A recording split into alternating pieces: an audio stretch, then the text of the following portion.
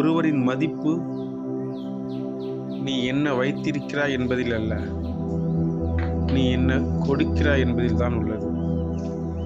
இப்போ யோசிச்சு பாருங்க, நீங்கள் நிறைய சொத்து வச்சுருக்கீங்க, அதனால உங்களுக்கு மதிப்பு கூடி நினைக்கிறீங்களா? அந்த சொத்தை நீங்கள் பாதுகாக்கிறதும் அதுலேயே உங்கள் வாழ்நாள் போயிடும். அப்போ எந்த நன்மையும் கிடையாது. அந்த சொத்தை யார் அனுபவிக்க போகிறா? உங்கள் வம்சாவளி அனுபவிக்க போகுது. நம்ம இறந்தா 3 நாளில் மறந்துடுவாங்க இல்லையா? ஆனால் அதே ஒருவர் தாங்கிட்ட கொஞ்சோல இருக்குது காசு, அதை தன் தேவைக்கு எடுத்துட்டு மீதமுள்ள தர்மம் பண்ணுறாருன்னு வச்சுக்கோங்க, அங்கே தான் அவரோட மதிப்பு என்ன பண்ணுது? உயர்த்தப்படுது. இப்போ இந்த சூரியன் இருக்குது, சூரியனுக்கிட்ட என்ன இருக்குது? வெளிச்சம் இருக்குது இல்லையா? அந்த வெளிச்சத்தை என்ன பண்ணுது? அது பிறருக்கு கொடுக்குது. ஸோ பிரபஞ்சம் என்ன ஆகுது? வெளிச்சமாக மாறுது. அப்போ இறைவன் படைத்த ஒவ்வொரு படைப்பும் என்ன பண்ணுது? தன்னுடைய தன்கிட்ட இருக்கத பிறருக்கு கொடுக்குது. ஆனால் மனுஷன் மட்டும் என்ன பண்ணுறான்? தனக்கு மட்டுமே வேணும் வேணும் வேணும்னு நினைக்கிறான். அதனால என்ன பண்ணுறான்? அவன் எதுலேயுமே திருப்தி அடைய மாட்டேங்கிறான். மதம் எதுக்கு தேவைப்படுது? உங்களோட ஒரு ஒழுக்க நெறியை கற்றுக்கொள்வதற்கு தேவைப்படுது. நான் வேண்டான்னு சொல்லலை, நீங்கள் வச்சுக்கோங்க.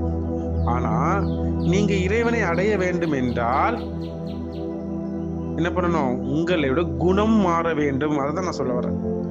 குணம் மாறாத வரைக்கும் நீங்கள் இறைவனை அடைய முடியாது. நம்மளோட லட்சியம் என்ன? இந்த உலகம் 60க்கும் 70க்கும் இடைப்பட்ட காலம். நீங்கள் டெய்லியும் பாதாம் பிஸ்தா சாப்பிட்டா கூட என்ன ஆகும்? உங்கள் உடம்பு தளர்வடைந்து கொண்டே இருக்கும் இல்லையா?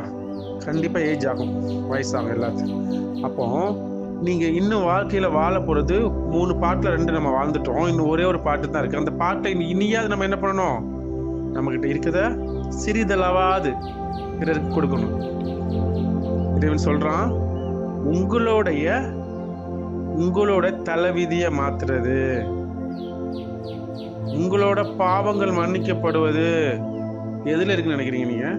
நிச்சயமாக பிறருக்கு நாம் கொடுப்பதில் தான் இருக்கிறது. ஒரு குறுகிய வட்டத்துக்குள்ள இருக்க என்ன ஆகும்னா, நம்ம யாருன்னே நம்ம விளங்காம இருப்போம். ஒருத்தர் ஆர்டர் போடுவார், ஒருத்தர் செய்வார். இதுல எந்த பிரயோஜனம் கிடையாது.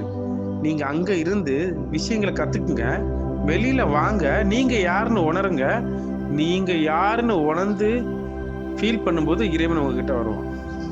நல்ல குணம், நல்ல எண்ணம், இதுல ஒரு நிம்மதி கிடைக்கும் பாருங்க. அது எதுலையுமே கிடைக்காது. நீங்க எத்தனை கோடி சம்பாதிச்சாலும் கிடைக்காது.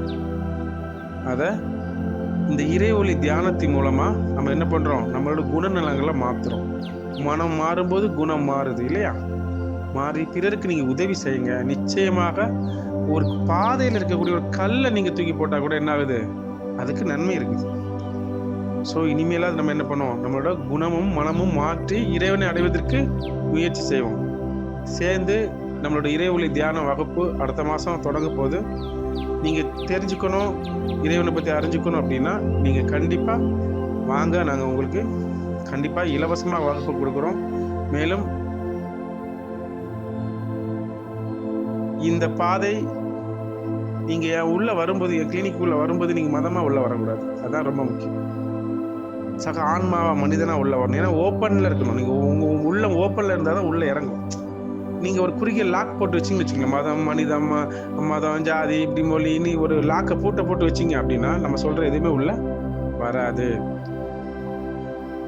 நன்றி.